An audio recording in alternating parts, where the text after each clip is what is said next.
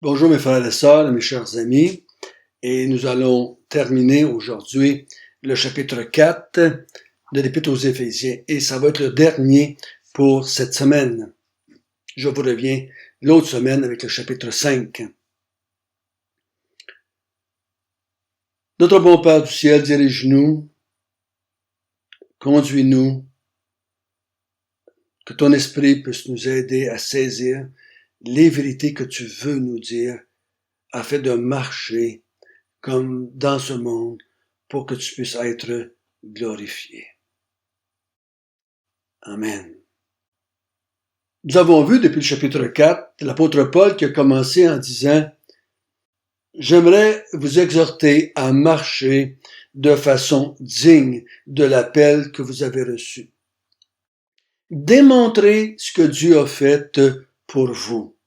Démontrez ce que Dieu a fait en vous et comment il l'a fait. Et vous n'êtes pas en compétition avec les autres mouvements religieux pour essayer d'être des meilleures personnes que les autres. Je veux que vous manifestiez la grâce, manifestiez ma bonté, mon pardon, ma souveraineté. Je veux que vous exprimiez cela dans le peuple de Dieu. Entre vous, premièrement, parce que je crois que c'est là dans l'Église. Si vous prenez le temps de lire les Actes des Apôtres, vous allez voir toutes les problématiques qu'il y a entre les Juifs et les païens. Quasiment tous les épîtres parlent de ces conflits à l'intérieur de l'Église à cause que les païens et les Juifs étaient tellement séparés, tellement loin l'un de l'autre, que l'apôtre Paul parle, vous qui étiez loin et nous qui étions près, c'était vraiment des antipodes. Mais Dieu démontre sa grâce, sa bonté, sa puissance, en ramenant tout ce monde-là ensemble et en formant un peuple, un seul peuple, qui avait conçu dans son cœur avant le commencement du monde. Comment manifester cela? On a vu ensemble, il dit que la première chose que vous allez faire pour marcher digne, c'est que vous allez conserver l'unité de l'esprit par le lien de la paix. Vous allez montrer aux gens, vous allez montrer dans l'Église que vous êtes tous des égaux. Donc, quand les païens arrivent, quand les Juifs arrivent chez vous, vous allez montrer que vous êtes des égaux, que vous êtes tous égaux à mes yeux, vous êtes tous mes enfants. Vous vous souvenez comment l'apôtre Pierre, l'apôtre Paul, le conflit qu'il y avait eu dans Galate? L'apôtre Paul reprend l'apôtre Pierre parce qu'il y a encore de la misère à être assis avec des païens et manger avec des païens. Et on voit que l'apôtre Pierre se fait reprendre par l'église de Jérusalem parce qu'il est allé chez Corneille. On voit les difficultés qu'il y a avec les Samaritains.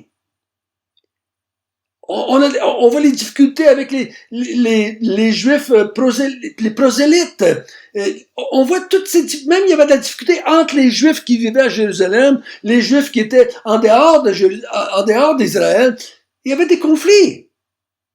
Et vous allez montrer que vous êtes tous, vous avez tous le même statut, vous avez tous la même position, vous avez tous la même espérance, vous avez tous la même foi, vous avez tous le même Dieu, vous avez tous le même Père, vous avez tous le même esprit, vous avez tous la même espérance. Vous êtes des égaux. Et ça, c'est unique au peuple de Dieu, ça. C'est unique au peuple de Dieu. On a la tête qui est Christ, puis on a toutes les autres. Il y a juste deux rangs, Christ et les autres. C'est merveilleux de voir ça. Ça m'amène à croire que la Bible est vraie, ça m'amène à croire que le peuple de Dieu est différent des autres. Et ensuite ça, il dit, une autre façon que vous allez manifester que vous êtes mon peuple, que je vous ai appelé, c'est que mon fils, avant de remonter au ciel, après avoir été venu sur la terre, il a fait des dons au peuple de Dieu. Il a fait des dons d'hommes, apôtres, prophètes, évangélistes, pasteurs, docteurs, pour emmener le peuple de Dieu à avoir une unité de foi, afin que le peuple de Dieu ne soit plus ballotté à toutes les philosophies qui passent dans le monde.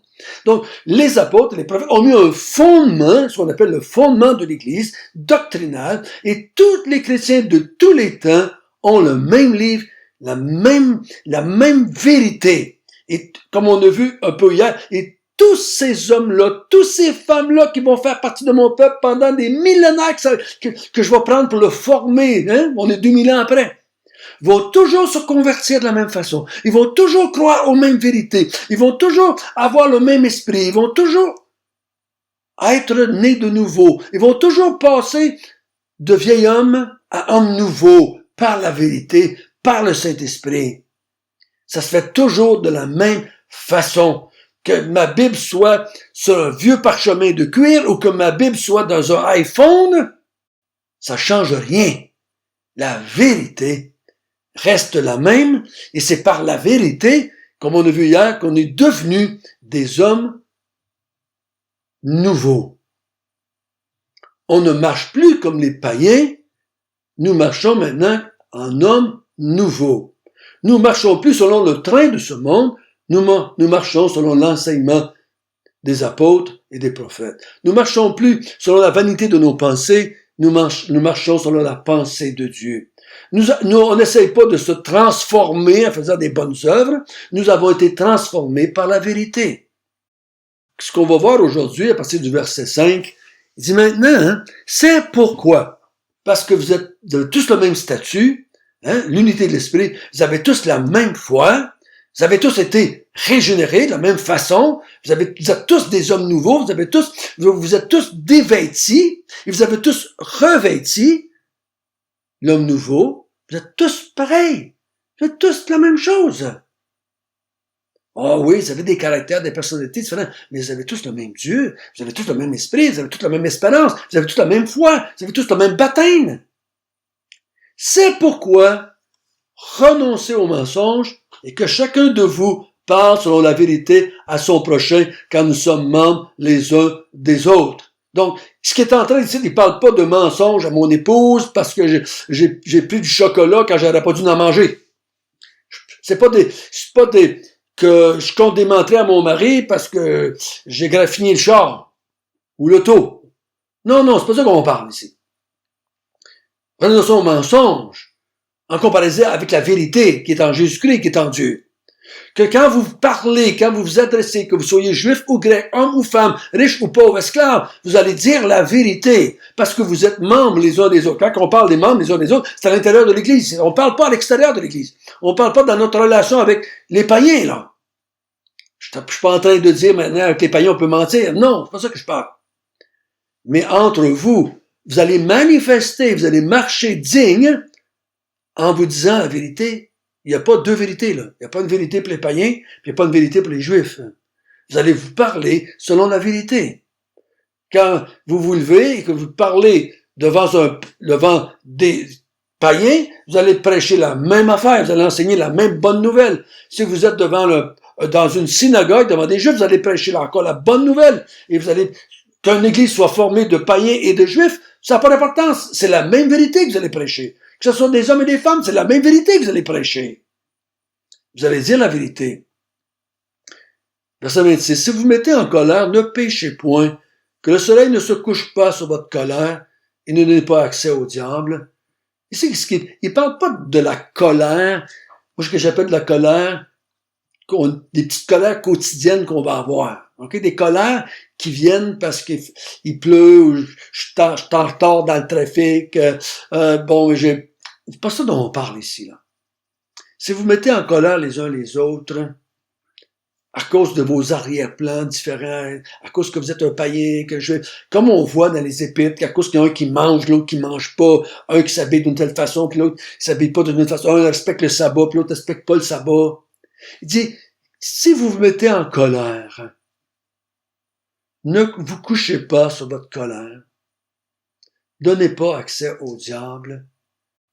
Rappelez-vous que vous êtes unis. Vous formez un peuple. Vous êtes tous égaux. Vous avez tous le même statut. C'est pas ce que tu manges qui fait la différence. C'est pas comment tu t'habilles qui fait la différence. C'est pas quelle langue tu parles que tu fais la différence. C'est pas quel statut social que tu as qui fait la différence. C'est pas quelle couleur qui est ta peau qui fait la différence. Ne te mets pas en colère contre ton frère ou contre ta sœur. Donne pas au diable un accès pour qu'il vienne briser l'unité que j'ai créée en Jésus-Christ ou par l'Esprit Saint. ne donne pas accès au diable pour briser l'unité. Au contraire, verset 28 dit que celui qui dérobait ne dérobe plus, mais plutôt qu'il travaille en faisant de ses mains ce qui est bien pour avoir de quoi à donner à celui qui est dans le besoin. Ici, il est en train de dire dans l'Église, au lieu de faire toutes sortes, on le voit, on est en train d'étudier nous autres là, l'Épître aux Corinthiens, et dans l'Épître aux Corinthiens, il y avait les riches qui s'empiffraient et les pauvres qui souffraient de faim dans la même Église. Il y avait du mépris de la part des riches envers les pauvres. Il dit, au contraire, entre vous, vous qui êtes riches, vous qui êtes pauvres, faites-vous du bien, manifestez que vous êtes un seul peuple, manifestez que vous avez une seule foi, que vous êtes tous des enfants de Dieu, et que vous allez prendre soin les uns des autres. Qu'il ne sorte de votre bouche aucune parole mauvaise, mais qu'il y ait lieu qu'une bonne parole qui serve à l'édification et communique une grâce à ceux qui l'entendent. Donc, il dit, vous n'allez pas parler les uns contre les autres. Là, tu as vu ce grec-là, là, tu as vu ce païen-là, comment est-ce qu'il marche, là, tu as vu ce païenne-là, comment est-ce qu'elle s'habille, là, tu as vu, elle a pas le voile, puis là, tu as vu, elle a pas des robes comme ci, puis là, tu as vu, elle, lui, comment est-ce qu'il mange, puis tu as vu que lui, il ne respecte pas le sabbat. Ne parlez pas entre vous pour vous détruire. Au contraire, marchez comme des hommes et des femmes qui ont tous le même destin, qui ont tous la même espérance, qui ont tous le même Dieu, le même Père. N'attristez pas l'Esprit de Dieu, par lequel vous avez tous été scellés pour le jour de la rédemption. N'attristez pas. Le Saint-Esprit vous a tous unis. Le Saint-Esprit vous a tous régénérés. Le Saint-Esprit vous a tous établis. Le Saint-Esprit vous a tous conduits, vous a tous emmenés à la même position devant Dieu. Il vous a tous emmenés à être assis dans les cieux. Il vous a unis au Christ par la foi. Ne l'attriste pas en brisant l'unité que Dieu a faite. Ne l'attristez pas en ayant deux mesures entre les païens et les Juifs. Mais cet esprit a fait de vous un peuple. Vous êtes tous des égaux. Vous êtes un. N'attristez pas l'esprit en faisant des sectes, en faisant des partis.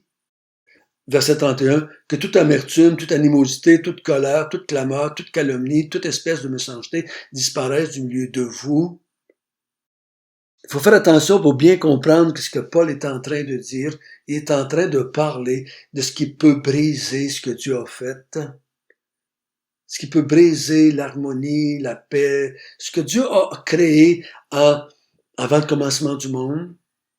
Ce qu'il a accompli en Jésus-Christ et que l'Esprit Saint a appliqué dans la vie de chaque croyant, ne brisez pas ça par de l'amertume, par de l'animosité, des colères, des clameurs, des calomnies entre vous autres, des méchancetés. Non, faites pas ça. Manifestez plutôt que vous êtes un peuple sous la grâce de Dieu, dans la bonté de Dieu. Soyez bons les uns envers les autres, compatissants, vous pardonnant réciproquement comme Dieu vous a pardonné en Christ. Vous avez tous été pardonnés. Donc, il dit, pardonnez-vous mutuellement. Ici, il n'est pas en train de dire aux chrétiens, bon, maintenant, là, vous allez essayer de vous améliorer. Vous allez essayer de vous sanctifier pour devenir des meilleures personnes. Non, il n'est pas en train de dire ça. C'est pas ça son but. Il est en train de dire, vous devez marcher pour refléter ce que Dieu a fait. Quand je traite bien un frère ou une sœur, je suis en train de vouloir glorifier Dieu de ce qu'il a fait dans la vie de ce frère. C'est pour ça que la Bible a dit ailleurs, si tu n'aimes pas les enfants de Dieu, tu n'aimes pas Dieu. Si tu n'aimes pas ceux que Dieu a sauvés, ceux que Dieu a régénérés, ceux que Dieu a établis avec toi comme peuple, si tu as des partis pris, si tu es en train de rejeter, de disqualifier un païen parce qu'il est un païen dans son origine, tu brises l'œuvre de Dieu, tu es en train de dire que Dieu l'a pas sauvé parce qu'il est un païen. Comprenez-vous ce que je veux dire? Il n'est pas en train de vouloir nous élever, là, en nous comparant avec les païens. Encore les païens, là, les autres, ils marchent tout croche, c'est des méchants. Nous, les chrétiens, on va montrer qu'on est des bonnes personnes parce qu'on fait pas de calomnie. Puis nous, on n'a pas d'amertume. Nous, là, on va être... Non, c'est pas ça qu'il dit. D'entre vous, dans l'Église, manifestez ce que Dieu a fait. Dieu vous a tous pardonné en Christ. Vous êtes aussi pardonnés. Vous allez montrer ainsi la gloire de Dieu. Vous allez glorifier Dieu ainsi. Vous vous pardonnez parce que vous avez été pardonnés. Vous vous pardonnez parce que vous êtes partis de la même famille. Vous vous pardonnez parce que vous êtes tous unis les uns aux autres et vous fonctionnez ensemble. Vous êtes tous là en train de fonctionner, tous reliés à la même tête que Jésus-Christ et vous vous édifiez mutuellement. C'est ça dont est en train de parler, je crois. Je vous encourage, frères et sœurs, méditez là-dessus. L'apôtre Paul est pas en train ici d'encourager les chrétiens à devenir religieux et performants. Il est pas en train d'amener les chrétiens à vouloir devenir meilleurs que ce que Dieu a déjà fait en eux. On n'est pas en train de vouloir prouver quelque chose. On est là pour démontrer quelque chose. Et que c'est donc important, je le répète, vous n'êtes pas là pour améliorer quelque chose, vous êtes là pour démontrer ce que Dieu a fait en vous. Démontrer la grâce, démontrer le pardon, démontrer la miséricorde de Dieu, démontrer la souveraineté de Dieu, démontrer la capacité de Dieu, démontrer que dans le peuple de Dieu, il y a juste une tête qui relie tous les membres entre eux. On veut démontrer que notre vie chrétienne, c'est l'œuvre de Dieu en nous, c'est l'œuvre du Saint-Esprit en nous. On veut démontrer qu'on est créé à nouveau par Dieu. N'essayez pas de vous créer. N'essayez pas de vous créer. Essayez de manifester que vous avez été créé. Essayez de démontrer par vos gestes envers les frères et sœurs que vous croyez que vous avez été régénéré par le même Saint-Esprit toute la gang. J'espère que ça vous aide à comprendre ce que je veux dire. Notre bon Père du ciel, nous sommes un peuple, nous sommes une famille, nous sommes ton temple. Nous voulons montrer à l'Église, premièrement, parce qu'on va voir dans le chapitre plus loin, chapitre 5, comme on a vu dans le chapitre 3, les autorités dans les cieux, les autorités dans les lieux célestes regardent l'Église et voient la sagesse infiniment variée de Dieu. Donc, on le fait pas pour le monde, premièrement. On le fait pour te glorifier toi et que le monde céleste voit ta grande sagesse de la façon que tu as fait les choses. Oh, aide-nous, Seigneur, aide-nous à bien comprendre cette grande vérité-là. Amen. Je le répète, c'est le dernier cette semaine, je vous reviens lundi prochain.